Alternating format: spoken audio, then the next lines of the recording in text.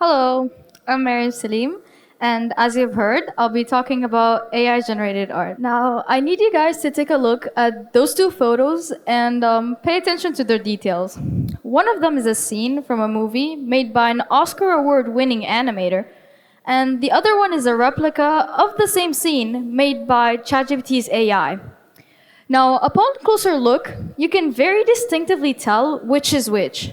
And well, if you're an artist, you'd know that that's because of the inaccurate body anatomy, the bad lighting, shading, and color blending in the AI's version, the one on the top. But what if you're not? How were you able to tell? Well, that's because in Miyazaki's version, the artist, the one below, oh, my bad. In Miyazaki's version, the one below, the photo looks more vibrant and authentic. It has this whimsical, engaging feeling to it that makes it more visually pleasing. But whereas the AI's version is just bland, it has this morbid and depressing sense to it. And well, that's not because the AI is new to it or because it can still learn and improve its art style somehow. Is because the AI's version lacks reason, and that's how it's so dull. Let me explain. Art is more than just a piece of media to be published and tossed around. Artists don't make art just because. It's their way of communicating their thoughts and feelings in a clearer way. Miyazaki, the artist from earlier, spends years making each movie, hand drawing each frame, just so he can capture the meaning and send it to the audience. And him and many artists believe that art is more than just a final product. It's the feeling that bloomed the urge to make that art piece. Artists use art to express themselves unapologetically. And unapologetically. And I'm not just talking about paintings and drawings. I'm talking about all sorts of art, like dance, music, fashion, makeup, architecture, or even photography. I'm talking everything.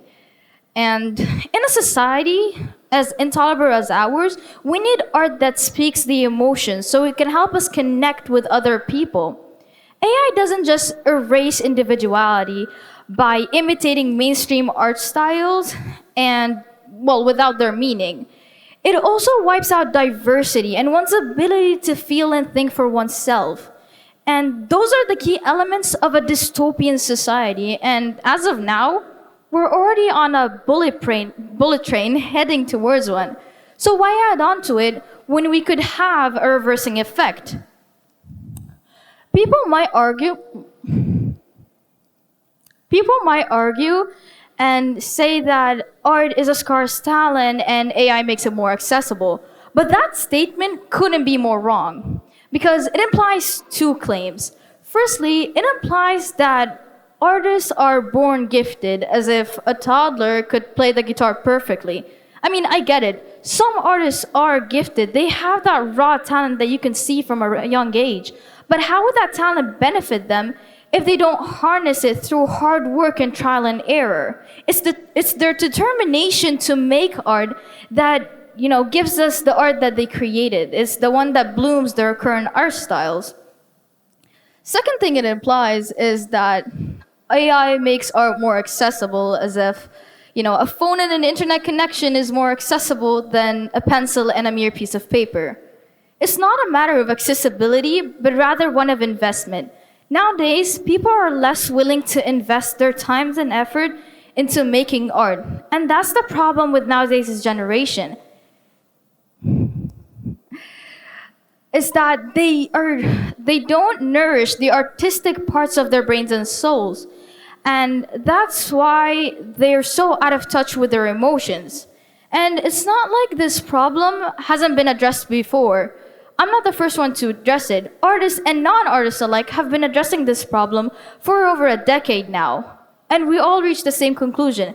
AI art and replacing human art doesn't just affect artists, it affects us as a whole, like our society. In the end, art isn't just about making a piece and publishing it. Art is about conveying your emotions and feelings. and connecting with others through them, something an AI could never replicate. Thank you.